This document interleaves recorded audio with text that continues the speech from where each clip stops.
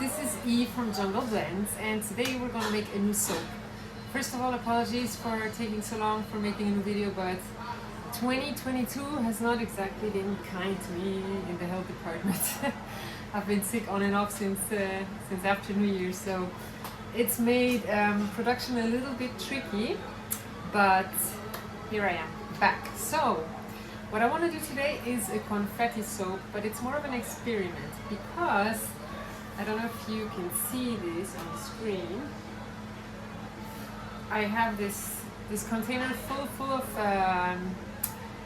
soap scrapes from when I bevel my soaps, and instead of just making a regular confetti where I just pour in a little bit of this into other soap batter, I want to try and pour a soap that is only the majority only confetti, just with a tiny little bit of soap batter to bind the whole thing. But really, what I want to come out the most is the confetti part. So not just little details, but full on confetti. So yeah, let's see what happens. I decided to color my base Proud Peacock from Nurture Soap. And I have decided to scent this with Ylang Ylang essential oil. So yeah, we're making a small batch today, obviously because it's an experiment. So if anything goes wrong, I didn't waste too much of it. And hopefully we'll have a beautiful bar come out of this. So let's make some. So here I have my oils already heated up, and I'm using the heat transfer method. Not entirely, but to a certain extent. I pre-melt a little bit, and then the last chunks I just let them melt with the hot lye water. So I'm putting my mica. Normally I would disperse my mica first with some oil, but I forgot to do that, so I just put it in directly in here, and it seems to disperse quite nicely since I hadn't stick blended it.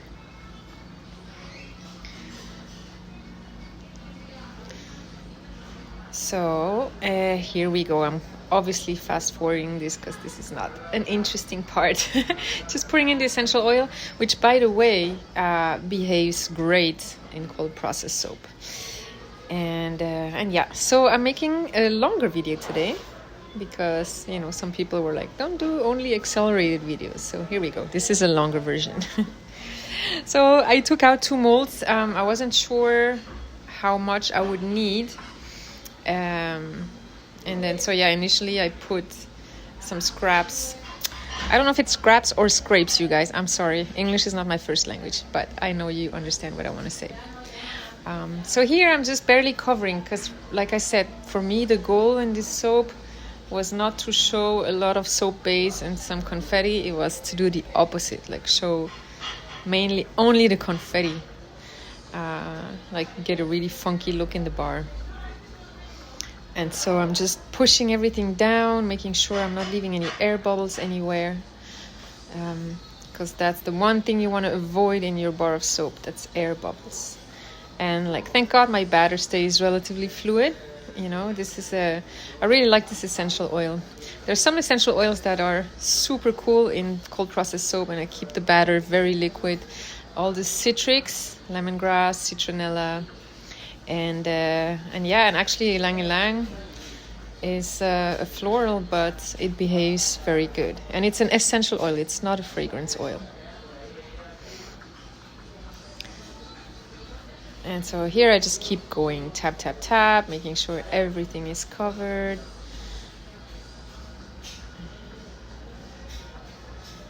I think it's amazing what you can do with these leftover, pieces of soap. There's so much you can do with it. You can, put them all in a ball and make a soap with it, or you can just, like me, make a new soap with it, decorate soap tops with it. The possibilities are endless, is what I'm trying to say. And also the point is to not waste any soap at all. Whenever you think it's waste, it is not. It can always be reused. And you can even melt them in hot water and make liquid soap. Obviously, it doesn't have any preservatives in it or anything. I don't even know if it would need anything. But I'm not sure. Since you're adding water, maybe if you want to keep it for a longer time, a preservative would be a good idea. But if it's just for your personal use and, I don't know, to wash the dishes, for example, or maybe do your laundry with it, then no preservative is necessary. Just melt them down in hot water and then use them however you like. So yeah, one mold was enough. I still have some scrapes left. Scrapes.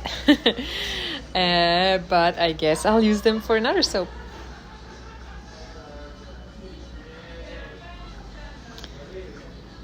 And I'm really curious what this soap's gonna look like, honestly. I mean, it could be beautiful, it could also be hideous. We'll have to see when we cut it, but I'm having fun making this. And I hope you have fun watching it as well. I always find confetti soap a difficult one to make just because, well, for myself, when I see other people make them, I always find them pretty, but somehow I always find it hard to choose the color of the base. Yeah, to make it look pretty. I kind of like confetti soaps also that only have, for example, one half confetti and the other half regular new soap. So today I'm actually doing the opposite, the complete opposite. And here I'm just putting a final layer on top. I didn't want any confetti to show at the top because I thought that would be too much. So here I'm just hiding the little pieces that are still sticking out under my soap batter. And tell me, guys, do you make confetti soap? And if so, how do you like to make it? Which colors do you like to choose? I love some people are very organized with their confetti soap and they actually are able to sort their scraps by color. As you can see, I didn't do that. Okay, so here we go. Next day we unmold. You can see tons of confetti, so that's cool. That's what I was going for. You can see here on the sides. The gold on top is not so apparent, but we can fix that later. Okay, so let's cut this baby and see how it looks. All right. It doesn't look as dense as I wanted it to look. I mean, it is. And here I have some air bubbles. Oh, I didn't mix it properly. But it's not too bad.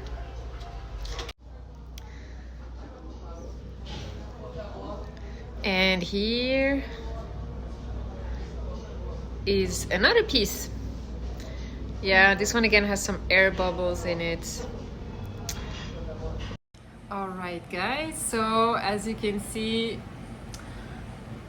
I feel like it didn't really make a difference whether I put a ton of confetti or just a tiny bit. Yeah, I'm not impressed. I'm not impressed with the result. I'll probably use this for myself. I'm not going to sell this. It has some air bubbles, but there's also plenty of pieces that were okay that didn't have any air bubbles. It smells wonderfully, and I'm glad I got to use all my scraps, sorry. But yeah, yeah, it was an experiment. I'm happy we just tried a small batch. And again, if you want to take a closer look at another bar, here's another one. Alright guys, can you guess what I'm doing here? Well, I'm not happy with the soaps, and so, well, my solution is to put piping on it. Normally I don't show how I do the piping mixture, but you know, I decided to make a longer video and show you a bit more detail about how I do things. So this is just me filling up my piping bag. Here I'm just doing a little test on a piece of paper, and to my big surprise, it came out great the first few times. But then things started to change from the third one on. My batter was setting a bit too quickly and failed. Okay, you guys. So this has been by far one of the most frustrating soaps I've made so far. I don't know how many fails I've had with this one, but hey, you know, I stuck it out until the end. So basically I was not happy with how my soaps looked after I cut them. I thought they were too simple, like the confetti didn't look really nice, and so I decided, you know, to do some piping on top. And instead of doing just regular piping, I wanted to use my Russian piping tip to make a flower shape. Now, I don't know if you've piped with this before, but it's absolutely not simple.